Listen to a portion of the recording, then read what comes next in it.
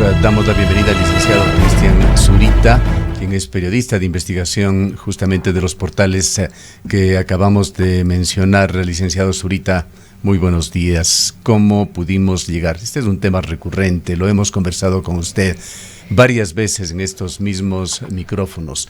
¿Cómo pudimos llegar a un grado de deterioro moral tan grande en Ecuador, particularmente en el sector público y en los sectores políticos que son los llamados a trabajar por el bien público?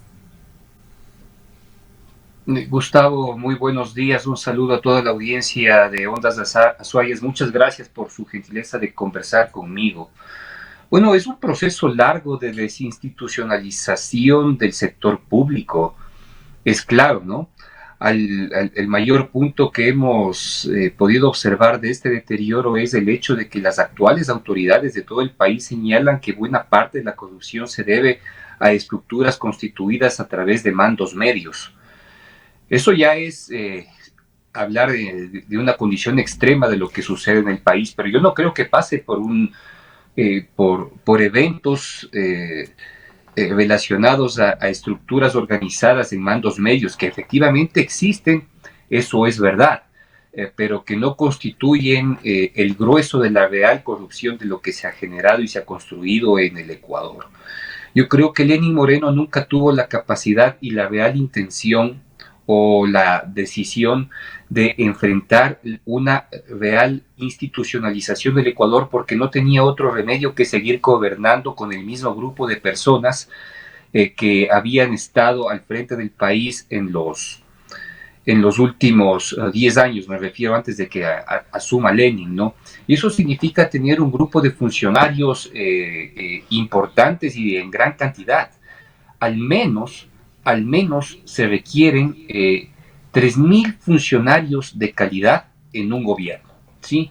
Y Lenin lo que hacía era simplemente tomar la posta de lo que significaba el retorno o la continuación de la Revolución Ciudadana. Por eso es que nunca pudo darle un nuevo aire, nunca tuvo una capacidad de respiro porque su partido no lo permitía, su partido prácticamente estaba bloqueado, y lo que vimos luego fue una propia implosión de ese movimiento político, de tal manera que el país nunca estuvo en la capacidad de renovarse realmente institucionalmente y de fortalecer las instituciones del país. Obviamente que empezó tomando medidas que tenían que realizarse. Él en una primera instancia señaló que tenía que existir una disminución de 40.000 empleados públicos dentro del sector, que se fue efectivamente dando poco a poco, pero que hemos visto en las condiciones dramáticas que está el país y las situaciones que apenas ahora se acaban de tomar.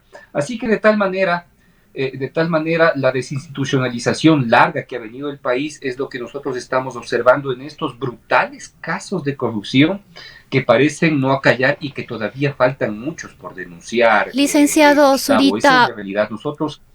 Sí, licenciado Zurita, buenos días. Usted manifestaba, y efectivamente es así, que quienes caen son los mandos medios, o quienes de alguna manera estarían respondiendo de todos estos actos que hemos visto en los últimos días, que ya les sobrepasan al país, son los mandos medios. Pero ¿qué pasa con los peces gordos? Bueno, ayer fue detenido el expresidente de la República, Abdalá Bucaram, pero ¿qué pasa con los peces gordos? ¿Quién los protege?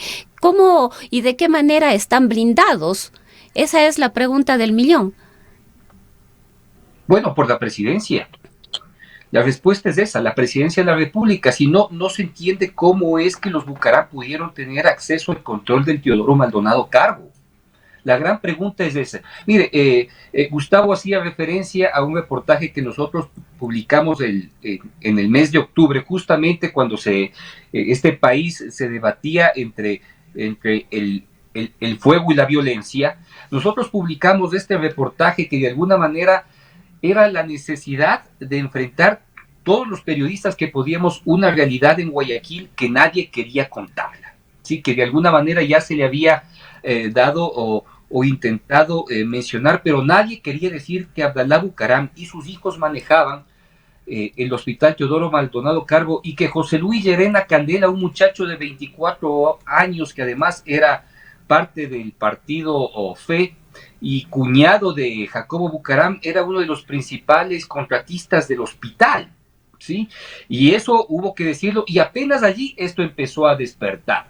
Luego, ¿qué sucede? Se denuncia la presencia de César Litardo en los hospitales de Quevedo, ¿sí? Y sobre todo a través del IES. ¿Por qué el IES? Porque el IES tiene dinero, ¿sí? Entonces se ferean, ¿sí?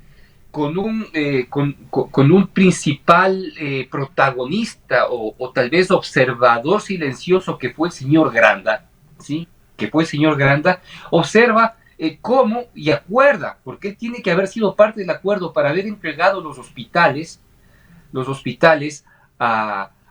de la provincia de Los Ríos a César Litardo, que luego sufrió en carne propia los hechos de manejar políticamente estas condiciones al ver cómo su madre falleció a causa del COVID-19.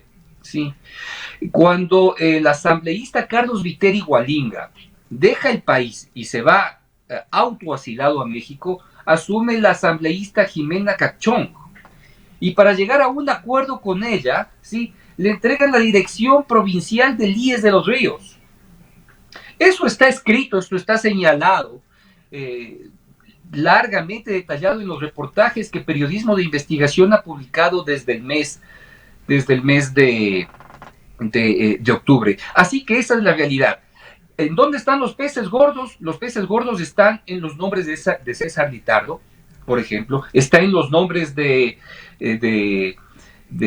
Abdalá Bucaram, directamente en acuerdos con la presidencia de la República, y que tiene que haber sido conocido por el círculo inmediato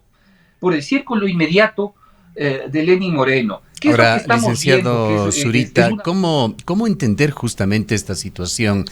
En entrevistas recientes, en estas últimas 2 semanas, 3 semanas quizá, tanto con María Paula Romo como con Juan Sebastián Roldán, en este medio de comunicación, hemos confrontado este tema, y la respuesta de ambos altos funcionarios, que son posiblemente los portavoces con mayor peso en el gobierno, nos han dicho que no hubo nunca ningún pacto político que haya llevado a la pérdida de control de los hospitales, al punto que hemos tenido que decirle, lo dijimos a María Paula Romo, entonces tan grave es que se entre por la ventana y se pierde el control del sistema hospitalario. ¿Cómo explicar esta situación y esta posición de 2 altos funcionarios del gobierno?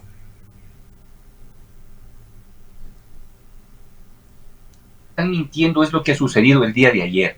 Y son ellos, Gustavo, los que efectivamente están diciendo que Bucaram tenía injerencia sobre el hospital. Pero entonces, ¿quién le dio esa injerencia? Pues solo 4 personas pueden haber actuado directamente sobre estos temas, que es Santiago Cuesta, que ya no está, Juan Sebastián Roldán y María Paula Romo, que debieron haber conocido y ahora aplauden las acciones de la Fiscalía. Entonces, ¿cómo es que llegó Litardo a manejar los hospitales del IES en la provincia de Los Ríos? ¿Y cómo es que Mendoza maneja los hospitales en la provincia de Manabí?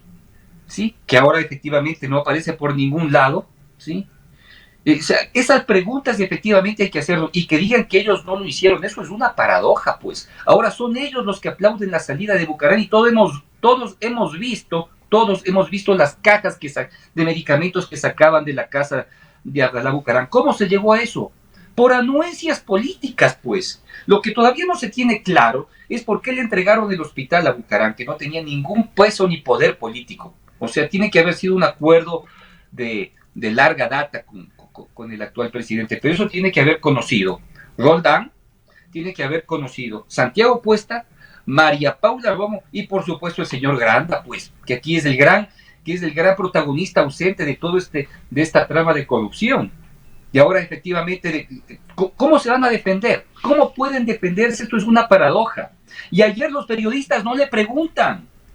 Eso es lo peor de todo, Gustavo, que tienen al frente a la fiscal, que está dando señales claras de que aquí existen estructuras mafiosas manejando los hospitales del país, ¿sí? Y no le preguntan a la señora María Paula Romo cómo es que llegaron ellos allá.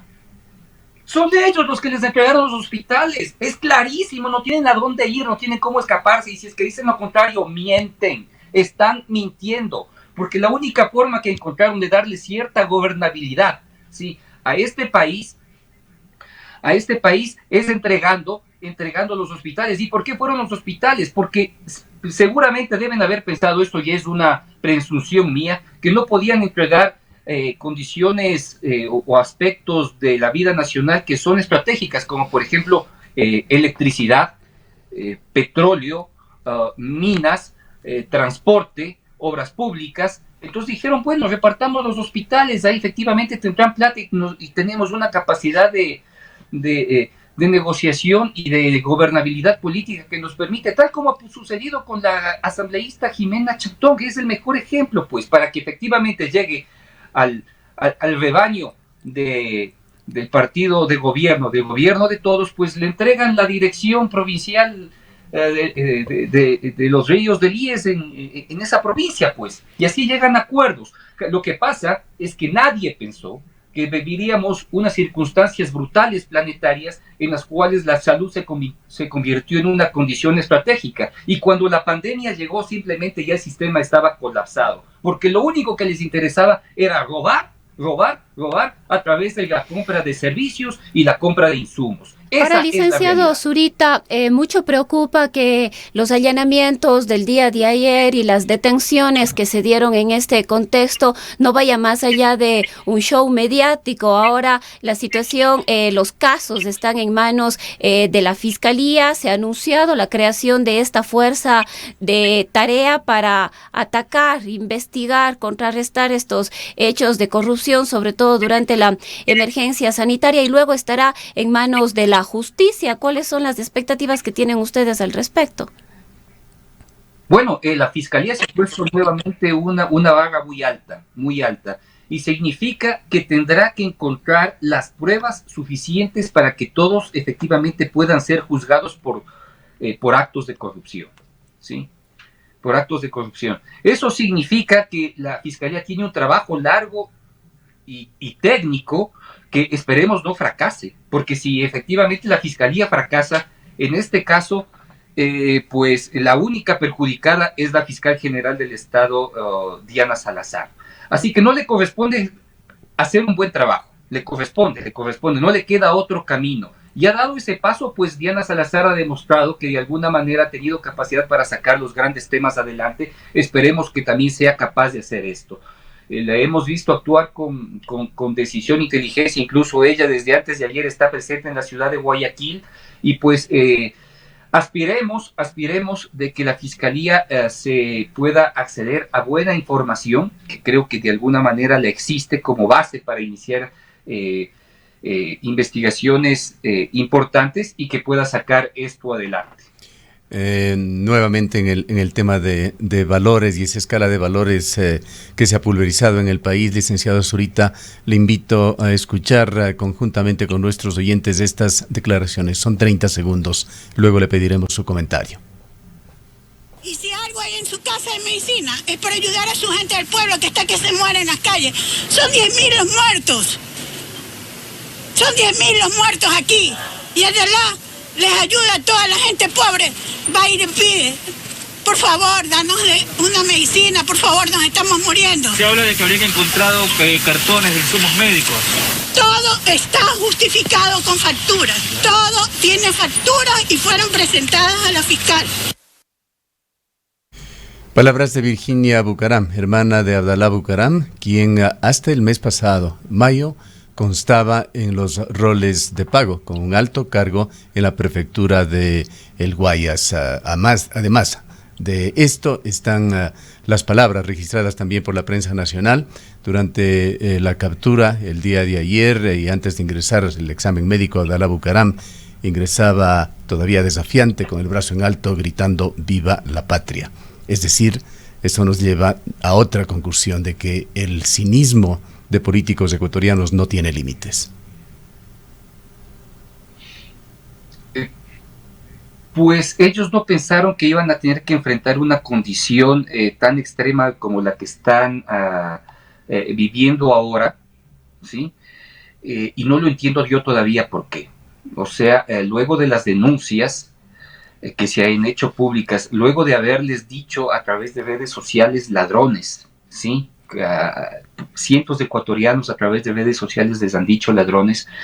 Efectivamente, que entren en su casa y que encuentren todos estos cargamentos de medicinas, no tiene parangón, y en verdad parece que estamos viviendo una condición surrealista. Es verdad, es verdad. En lo que se refiere a otro tema que usted lo ha mencionado ya, licenciado Zurita, hay todavía actores por allá, más allá de que este tema realmente tiene que llegarse a las raíces, echar luces, dar transparencia en cómo los hospitales públicos ecuatorianos fueron entregados, el sistema de salud ecuatoriano. Pero hay por allí actores políticos que siguen absolutamente impunes, y en este caso, gracias a una inmunidad parlamentaria, pero a falta de acciones, pues existen los mecanismos para romperla. Los casos que usted ha mencionado de Daniel Mendoza, relacionado con la construcción de este hospital en Manabí, y de César Litardo, el presidente de la Asamblea.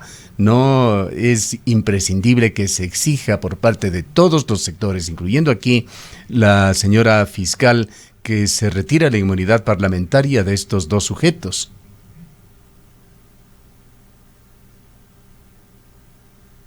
Una investigación profunda en la salud. Es muy difícil que eso pase, y hay que exigir hacer ese, porque justamente son los asambleístas los que están manejando este momento el sistema de salud, porque fue su cuota política para darle cierta viabilidad de gobernabilidad y gobernanza a este país, que en verdad ni siquiera ha tenido. Debe ser la peor, pasará a la historia como la peor asamblea de este país. Y hay que recordarles, y hay que retarle a la Asamblea, y hay que retarle a Litardo de que efectivamente hagan una investigación clara. Es que va a ser muy difícil, porque significa que tienen que investigarse ellos mismos, ¿sí? Y seguramente estarán generando acuerdos para evitar que este tema sea siquiera tratado al interior de la Asamblea. Imagínense, por ejemplo, el tema de Daniel Mendoza y el hecho de que se hayan retirado aproximadamente 7 millones y medio de las cuentas que significaba el manejo de construcción del hospital de Pedernales a este famoso consorcio Pedernales Manabí. ¿Y qué papel juega el servicio de contratación de obras? Ninguno, simplemente es un sistema de viabilidad de la corrupción. Tenemos que preguntarnos, o sea, creo que pasa por algunos puntos. Primero, por un mea culpa que parece que está haciendo la Presidencia de la República con este tema. Segundo, por los verdaderos protagonistas del sistema de corrupción que pasa por la Asamblea Nacional, y por los que viabilizan este sistema, que puede ser el IES y el sistema del servicio de contratación de obras, SEGOP. Pasa por esas tres líneas. Y allá efectivamente hay que apuntar. Si le pedimos que haga esto a la Asamblea, seguramente ese papel no lo va a hacer.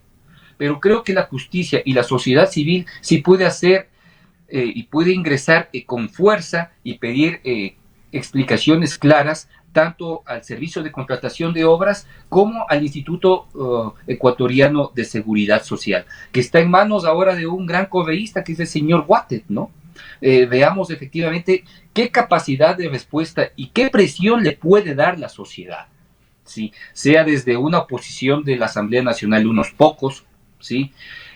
Sea sobre todo de la sociedad civil, organizaciones no gubernamentales y periodistas que le puedan estar respirando prácticamente en la nuca, para que eviten cualquier acto de corrupción futuro. Bueno, después de esto, si lo siguen haciendo, es que prácticamente como país hemos fracasado, ¿no? Después de las muestras de ayer, si sigue robando, difícilmente tendremos una luz al final de este lado. Un capítulo aparte, licenciado Zurita, merece también la capital de la República. Jorge Yunda tuvo un arranque de potro, podríamos decirlo metafóricamente así, en la forma en que asumió su labor, su tarea ante el estado de excepción y la emergencia por la COVID-19, pero la imagen de Jorge Yunda se ha venido desmoronando rápidamente. Porque ha cometido grandes errores relacionados a sus principales financistas, que de alguna manera manejan de las empresas municipales de Quito, ¿sí?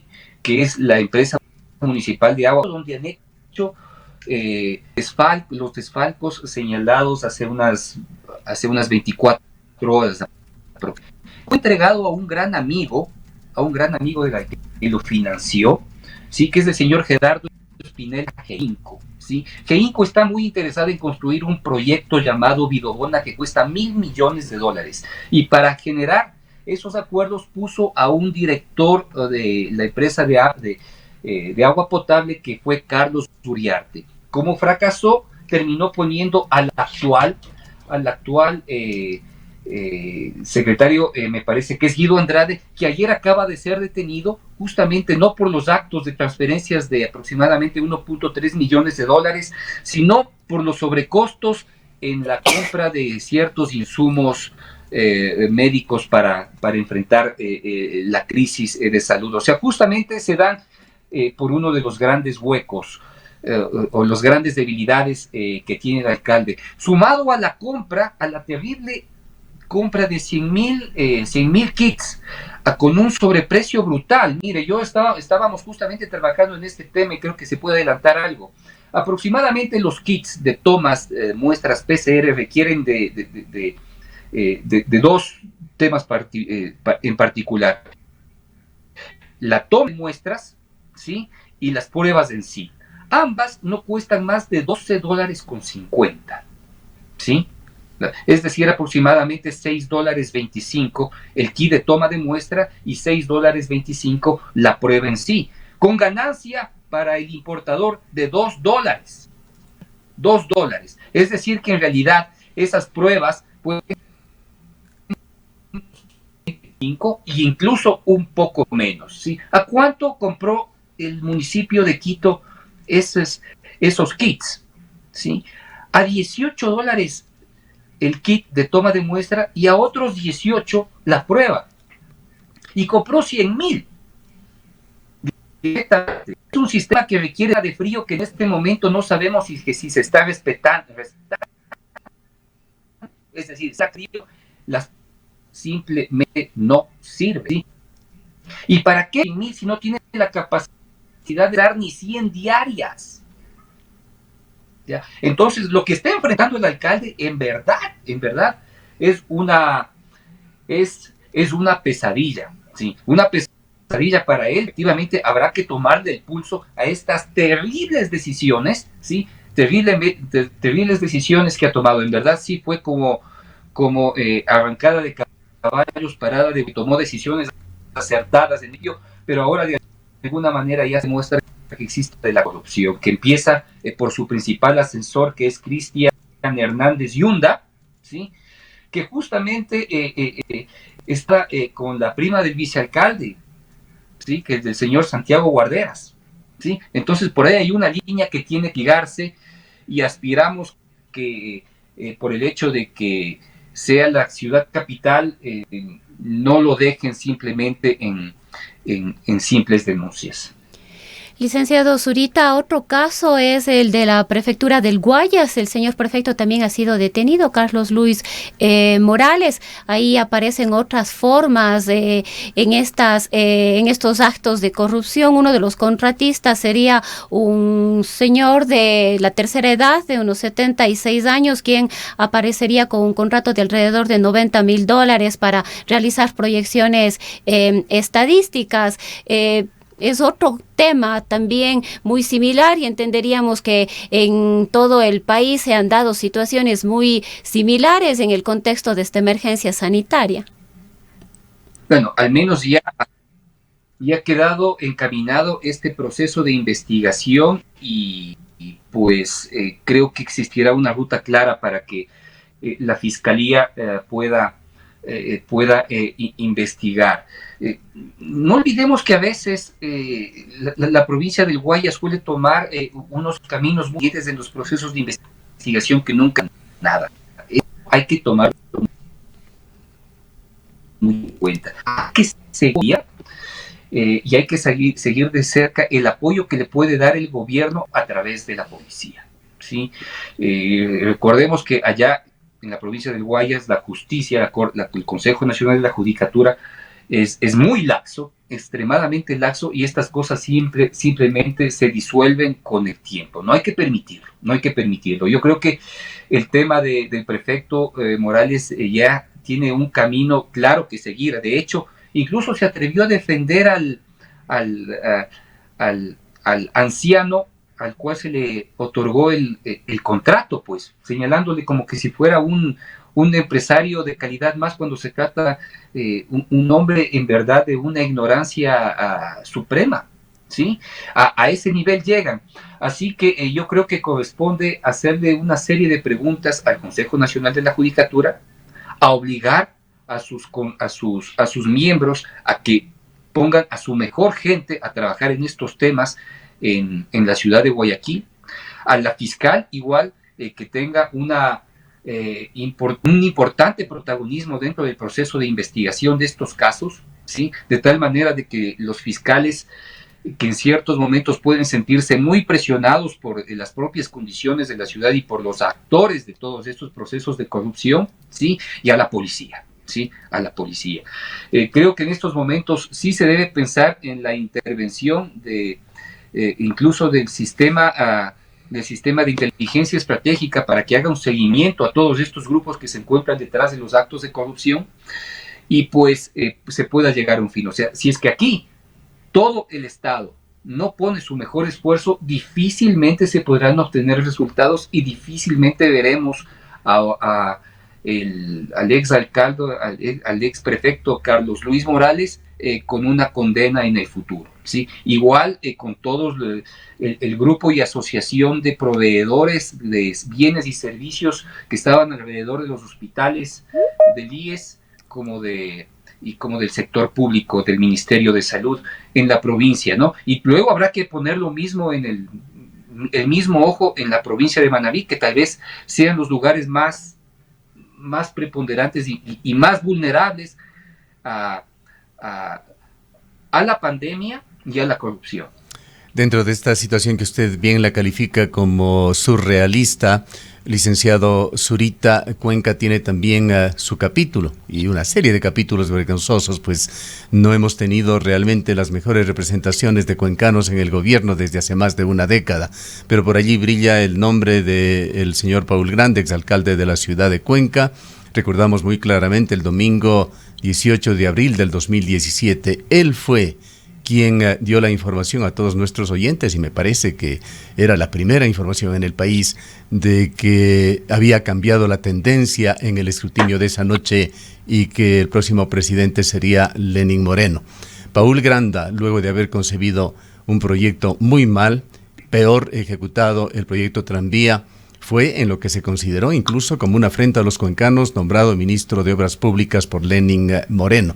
Luego pasó al Ministerio de Justicia, en donde estuvo por un poco tiempo hasta su vergonzosa salida con el escándalo de Fernando Alvarado, que no le trajo ninguna consecuencia, y ahora acaba de ser el presidente del directorio de el IES. Es otro de los casos que tiene que ser analizado y que se espera que la justicia ecuatoriana, liderada por Diana Salazar, actúe. Pasa por estas especiales, digo especiales porque no suelen darse lealtades que tiene el presidente Lenín Moreno con ciertas personas, ¿no? Ciertas personas. Y eso es muy real, porque nosotros incluso hemos visto que a sus personas, a personajes extremadamente cercanos y de confianza, les ha dado la espalda, ¿sí? Un caso de ellos de Santiago Cuesta, que hizo sus mejores esfuerzos, obviamente desde su corroída moral, pero hizo sus mejores esfuerzos. Y no se entiende cómo un hombre como Paul Granda, con todos los errores del mundo, con todos los errores, mantenga hasta este momento el cobijo de la seguridad de Lenín Moreno, ¿sí? De pronto se podrá decir que se cometieron una serie de errores, de pronto que él no estaba considerando, que no tenía conocimiento, al menos en el tema del IES, es impensable. Yo no le podría hablar del resto de temas, conozco un poco de lo que hizo cuando pasó por la cartera de Transporte y Obras Públicas, no conozco el tema de su gestión como alcalde en Cuenca, pero creemos que sí es responsable, muy responsable, de los hechos que han sucedido en el Instituto Ecuatoriano de Seguridad Social. Así que aspiramos que con el tiempo pueda existir información clara, ¿sí? Clara sobre sus acciones. Entendemos que buena parte de sus acciones, perdón la redundancia, pasa por haber gestionado y pensado la construcción de la política para el gobierno actual. Bueno, pues vemos que el gobierno actual tiene una serie de equivocaciones de las cuales él es parte, y pues aspiremos que no se nos olvide ese nombre. Bien, muchas gracias por habernos atendido, licenciado Zurita. Le dejamos con una reflexión final para nuestros oyentes en estos momentos vergonzosos para el país, porque Ecuador ha sido materia de titulares que han dado la vuelta al mundo, pero que realmente causan decepción, bajan la moral en estos días en los ecuatorianos que hemos tenido que sufrir tanto por la serie de circunstancias negativas que se han sumado en el país. Bueno, primero es que creo que debemos sorprendernos buenamente de la acción de la Fiscalía el día de ayer. O sea, en medio de tantas malas noticias, y si bien todo lo sucedido ayer parece vergonzoso porque han caído altas autoridades y se ha evidenciado actos de corrupción tremendos, creo que es un buen paso y es muy saludable para la reconstitución del país, ¿sí? Reconocer que existe corrupción. Eso es importante. A pesar de los errores cometidos, se están dando los pasos. Y pues creo que la sociedad en sí, la que tiene vergüenza y la que siente que tiene que construir un mejor país para sus hijos, tiene que invitar a lo que significan las próximas investigaciones que la Fiscalía tiene que enfrentar, con las limitaciones técnicas y financieras que posee, ¿no? No hay que dejar de desmayar, y que aspiramos que puedan construir casos sólidos en contra de estas personas que han abusado contra la bondad de los ecuatorianos, ¿sí? Eso como primer punto. Y si es que de no lograrlo, pues difícilmente podemos ver una luz al final de este largo camino que tenemos que enfrentar los ecuatorianos para recuperar nuestro país, ¿sí? Pero al menos esperemos que podamos hacerlo por el punto más estratégico y necesario, que es la salud. Luego el resto podrá verse a futuro. Bien, le agradecemos nuevamente al licenciado Cristian Zurita, Fernando Villavicencio, Marlon Puertas y otra serie de periodistas ecuatorianos se han convertido en la reserva moral de este país, quienes han ayudado a destapar tantos casos de corrupción, incluido aquí a Sobornos 2012-2016, capítulo aparte dentro de lo que estamos viviendo en estos días en Ecuador.